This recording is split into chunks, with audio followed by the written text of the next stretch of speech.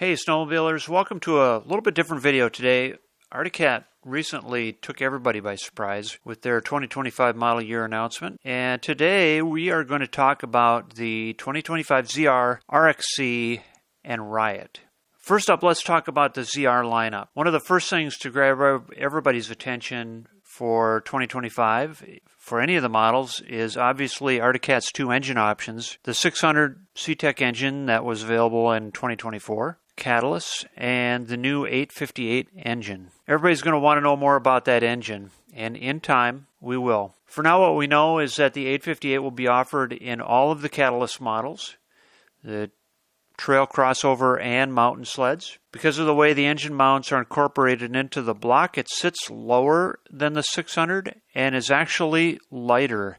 To have a Catalyst, which is already lighter, lose some weight, have even lower center of gravity, and add roughly 40 horsepower should be a very potent package. I could go on and on about that, but there's a lot more included in the 2025 model year announcement. The Catalyst ZR will be offered in 3 different shock packages, 2 different track options, and a new full-color display called the G8. Like 2024, the ZR can be fitted with a 129-inch track paired with an uncoupled rear suspension, or a 137-inch track mated to a coupled rear suspension. This is the same as 2024, but what a lot of people I think didn't expect was that the 129-inch track is the Camso Ripsaw track, or what some people refer to as the Ripsaw 1. And that compares to the 137-inch option, which is the Ripsaw 2. There are 3 shock packages. Backed by popular demand is the standard Arctic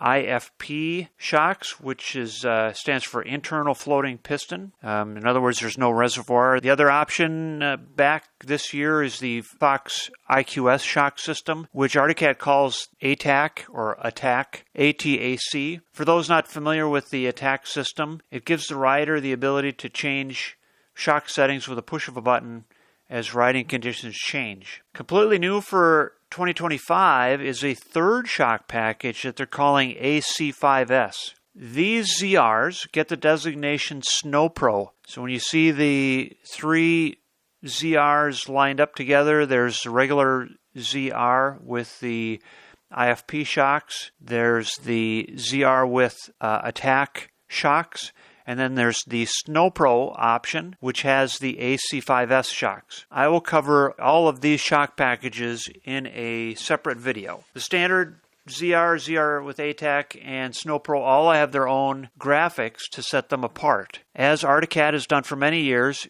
you don't have the option of selecting the color of your sled, but rather what you do is you select the options that you want, the shock package and the track length, and that determines the color. There's not much of a difference in the skis except that all 3 models and both track lengths get skis with dual runner carbides. Arctic lists this as a dual runner carbide, but they don't say what carbide it is. One last change for 2025 is the addition of the new full-color G8 display with GPS, something Arctic developed with Garmin. There is no better company to partner with, in my opinion, when it comes to GPS. Garmin does everything, and they do it well. Aviation, emergency services, survey equipment, handheld units, fishing gear, you name it, and I've pretty much used them all. They're all extremely good. The G8 display will be standard on all ATAC models of the Catalyst.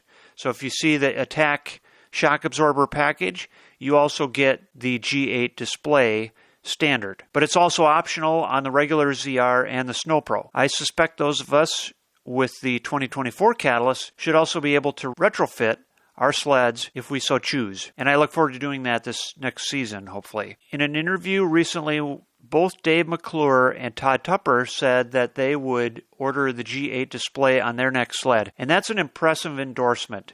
If you don't know these 2 gentlemen, I respect their opinions a lot, and their enthusiasm for the display carries a lot of weight. As far as the tracks go, some people prefer the Ripsaw 2 over the original Ripsaw 1. The original Ripsaw 1 is a chop lug design that works really well on groomed trails. It accelerates, brakes, and corners very well as long as the trails are firm. If the trails are loose or you want to dip into the powder from time to time, then the Ripsaw 2 is a better choice. They're both good tracks, and I'm not sure why Arctic Cat chose one over the other for the 2025 ZRs. However, it's something that buyers need to be aware of or should be aware of, and maybe it will make a difference in your choice of track length. The 129-inch skid is going to be an uncoupled rear suspension, which means that it tends to lift the front end better. It's more responsive to weight transfer, and it's a kind of a more playful rear suspension. The 137-inch skid is a coupled rear suspension, which is better for acceleration and overall performance. The RXC, let's talk about the race sled. The RXC returns for 2025 as Arctic Cat's race sled. You can call the RXC race ready, race replica, race inspired, whatever you want, but it's really focused on racing. And the way that it's outfitted, it's designed for racing programs. You still have the option of the 600, same as you did for 2024, but you also have the ability to buy the RXC with the 858 engine. It's only offered with a 137-inch coupled rear suspension, and that comes with the Cobra 1.35-inch lug track. That's the Cobra track, so it's different than the regular ZRs. The shocks on the RXC are the Fox Zero QS3R shocks, which is rebound adjustable. So these are, again, they're Fox's performance shock absorber package. The handguards are standard, and so is the number plate on the lower front side panel.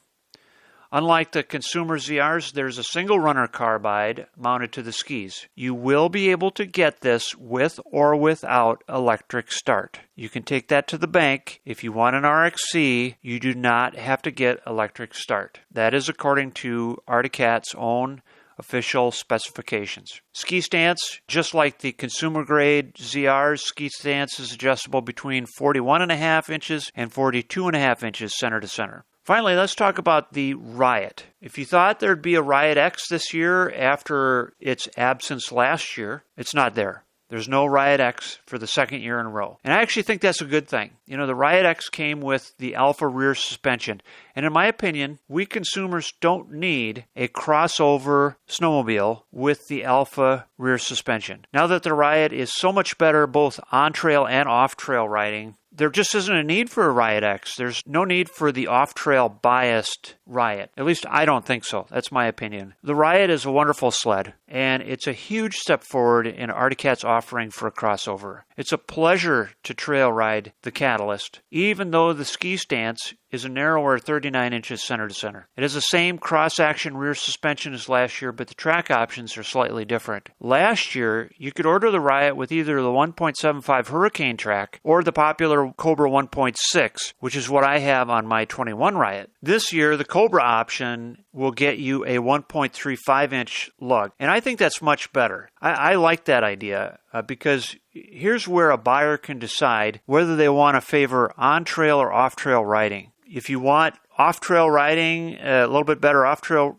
capabilities, get the 1.75-inch Hurricane. If you're more of a trail rider, then get the 1.35-inch Cobra. For the kind of riding that I do, to be honest, I'd be better off with the shorter lug, the 1.35-inch Cobra. I'm not really giving up anything for the amount of powder that I get into, but trail performance would definitely be better, and the track would last longer. You know, the taller the lug, the harder that is on the track on hard-packed trail conditions. On the other hand, those of you who really wanted a dual rail mountain sled, think about this. This might be the closest thing you can get to an Arctic Cat mountain sled with the dual rail rear suspension. I'm going to cover the mountain sleds in another video, but I want you to think about that for a minute, that this might work as a mountain sled. You put an 858 in that, and you might have what you're looking for. Just like the ZRs, with the Riots, you have 3 shock packages, the basic internal floating piston, the Fox Attack electronically adjusted shocks, and the new AC5S shocks. The Riot with the AC5S shocks, they call that the Snow Pro package. And just like the ZRs, each shock package gets you different graphics and colors. Again, I will cover all the shock packages in much more detail in a separate video. The Attack equipped Riots will have the G8 display as standard equipment, where the other Riots will be fitted with the new display as an option. With its uncoupled rear suspension, the new 858 afterburner up front, the 2025 Riot should be a really fun sled. And I hope I can get a demo of that this spring. I'm looking forward to some demos this spring. It's a great time to be alive. Let's put it that way. This is just a very exciting time for Arctic Cat. In conclusion, the customers asked for a new and more powerful engine, and Arctic Cat is delivering that in 2025. They also wanted a new display with GPS, and we'll get that as well. To me, the 2024 Catalyst was a home run. In my opinion, it doesn't get any better than the 2024 Catalyst. I'm in love with that snowmobile. But if you were using that analogy, then I think the 2025 Catalyst, with the addition of the new GPS, the new shock package, and the new engine, is a grand slam. Think about that. All bases are loaded in 2025. I think that's a great analogy. If you've been waiting for an 858, want to order one, you've been waiting for the new G8 display, your dealer has more information right now. More details on pricing, however, and ordering a 2025 Arctic Cat will be available at the end of January, so stay tuned. As always, thanks for watching, and I hope I see you this winter on the trail.